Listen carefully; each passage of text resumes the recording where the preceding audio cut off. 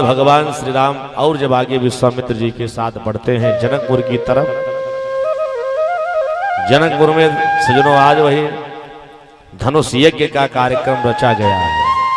विश्वामित्र जी राम लक्ष्मण को लेकर के धनुष यज्ञ की तरफ जा रहे हैं, जनकपुर की तरफ। राजा जनक जी ने धनुष यज्ञ की जो संरचना की है और जो प्रण किया था ना, धनुष जो राजा आकर के धनुष उठाएगा उसी राजा के द्वारा अपनी पुत्री सीता का विवाह करेगा, स्वयंवर होगा सीता जी का। एक बहुत मीठी बात बताऊं, महाराज जनक जी ने सारे संसार के समस्त सज्जनों राजाओं को निमंत्रण पत्र भेजा था, हर जगह निमंत्रण दिया था। कोई ऐसा राजा इस धरती पर था नहीं जिसका निमंत्रण जनक जी ने न दिया हो जिसको।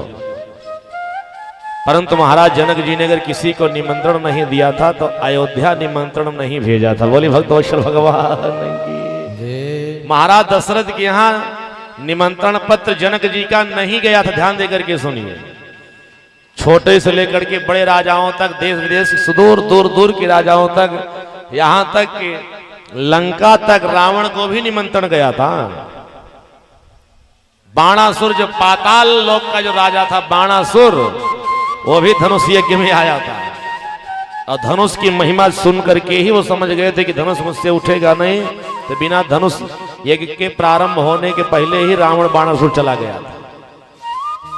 विश्वामित्र जी ने राम जी से यही कहा था कि हमारी यज्ञ में जो मैं यज्ञ करता हूं उस यज्ञ में मारीच और सुबाहु नाम के राक्षस आकर की बाधा डालते हैं, और जो यज्ञ जनकपुर में होने जा रहे धनुष यज्ञ, उस यज्ञ में रावण और बाणासुर आकर के बाधा डालते हैं। अब उस यज्ञ को भी आपको संपन्न करना है।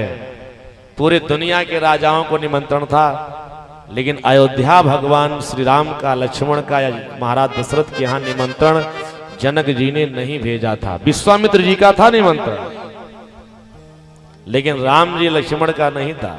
वो तो विश्वामित्र जी के साथ राम लक्ष्मण थे, बिना निमंत्रण के चले गए। परंतु अयोध्या चक्रवर्ती सम्राट महाराज दशरथ के यहां निमंत्रण नहीं भेजा गया। क्यों? प्रश्न उठता है। सब जगह निमंत्रण भेजा गया, अयोध्या क्यों नहीं भेजा गया?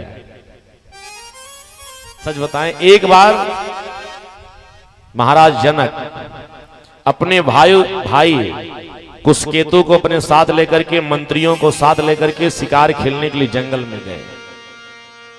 शिकार खेलते खेलते खेलते खेलते घनघोर जंगल में जब पहुंच जाते हैं, सज्जनों एक जंगली सुअर को उन्होंने देखा। अब वो सुअर जाकर के जहां संत महात्मा ऋषिगण तपस्या करते थे वहां बाधा डालने का काम किया करता था, उनको सताता था, कितने ऋषियों महात्माओं को मार डाला था। बड़ा दुष्ट सुअर था। महाराज जनक की दृष्टि पड़ गई उस जंगली सुअर के ऊपर, तो महाराज दशरथ जो जनक जी ने विचार किया इस सुअर का कम से कम उद्धार तो कर ही दिया, जिसका वध कर दिया जाए।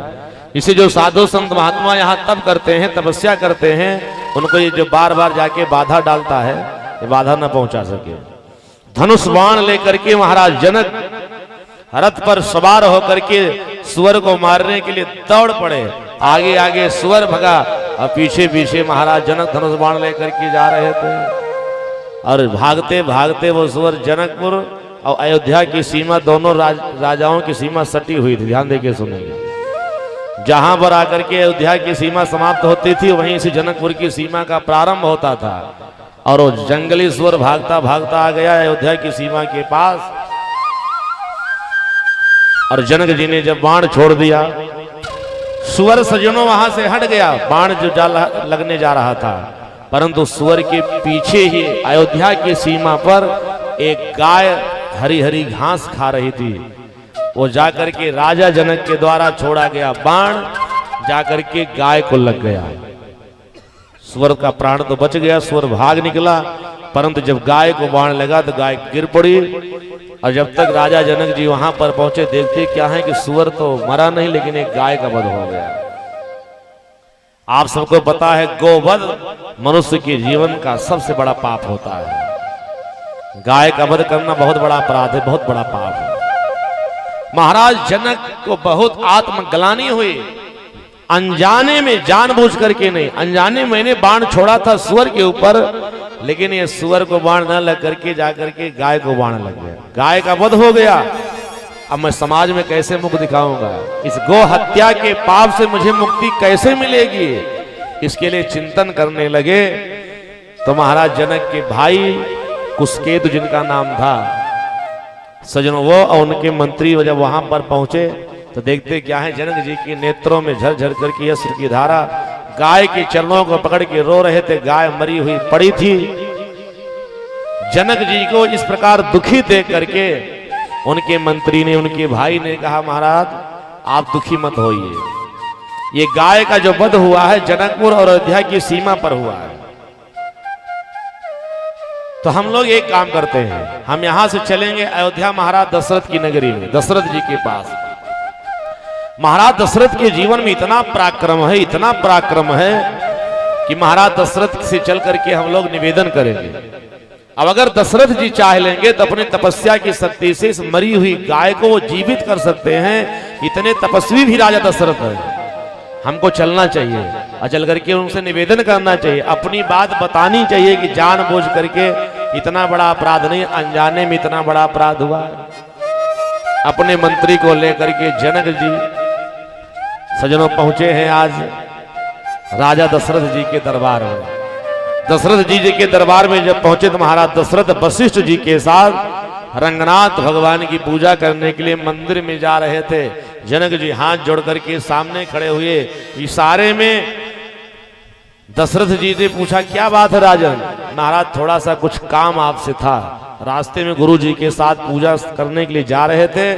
दशरथ जी रुक गए, जनक जी से कहा, जो भी तुम्हारे जीवन का कार्य होगा, मैं इस समय गुरु भगवान के साथ मंदिर में पूजा करने के लिए जा रहा हूं, मेरे पास समय नहीं है, लेकिन तुम्हारे कार्य को करने के लिए मैं अपना कोई प्रतिनिधि भेज देता हूं, तुम्हारा सारा कार्य करके आएगा। अब प्रातः काल की वेला थी, प्रतिनिधि के रूप में दशरथ जी को कोई दिखा नहीं, तो अयोध्या की गलियों में सजनों एक झाड़ू लगाने वाला, जो झाड़ू लगाते गली गली साफ सफाई करते, वही दिखाई पड़ा। भंगी झाड़ू लगा के गलियों को साफ करता, कूड़ा कचरा सब इकट्ठा करता था। असज बताएं, महाराज दशरथ ने उसको बुलाया, इधर आओ, झाड़ू लगाने वाले किधर आओ, क्या बात है, जाओ, जो भी कार्य है तो मेरे प्रतिनिधि बन के जाओ, और जाकर के जनक जी के जीवन की जितनी भी समस्या है उसका समाधान करके आ जाओ। अब उसको तो पता ही नहीं था कि कौन सी समस्या है। अब उस झाड़ू लगाने वाले, गलियों को साफ करने वाले व्यक्ति को, अब दशरथ जी का आदेश था, उस आदेश का कोई निरादर कर नहीं सकता।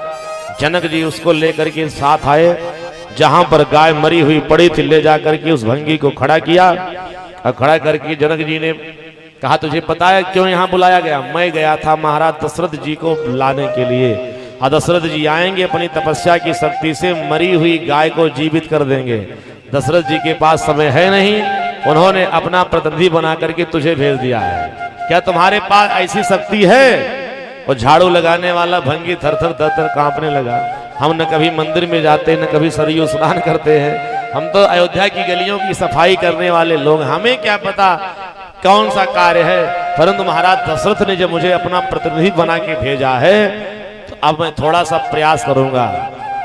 भंगी थर थर थर थर कांपता हुआ एक लोटा जल लिया, और लोटे को के जल को अपने हाथों में रख करके उसने मन से, वाणी से, कर्म से ही कहा कि हमारे महाराज दशरथ जी अगर अपने राज्य का निर्वहन बड़े अच्छे तरीके से करते हैं, पूरी प्रजा को पुत्र के समान मानते हैं, और दशरथ जी के जीवन में जो भी त्याग तपस्या का फल है इस जल में आ जाए, और इस जल की शक्ति से ये मरी हुई गाय जीवित हो जाए, जिसे दशरथ जी का नाम इस दुनिया में डूबने न पावे।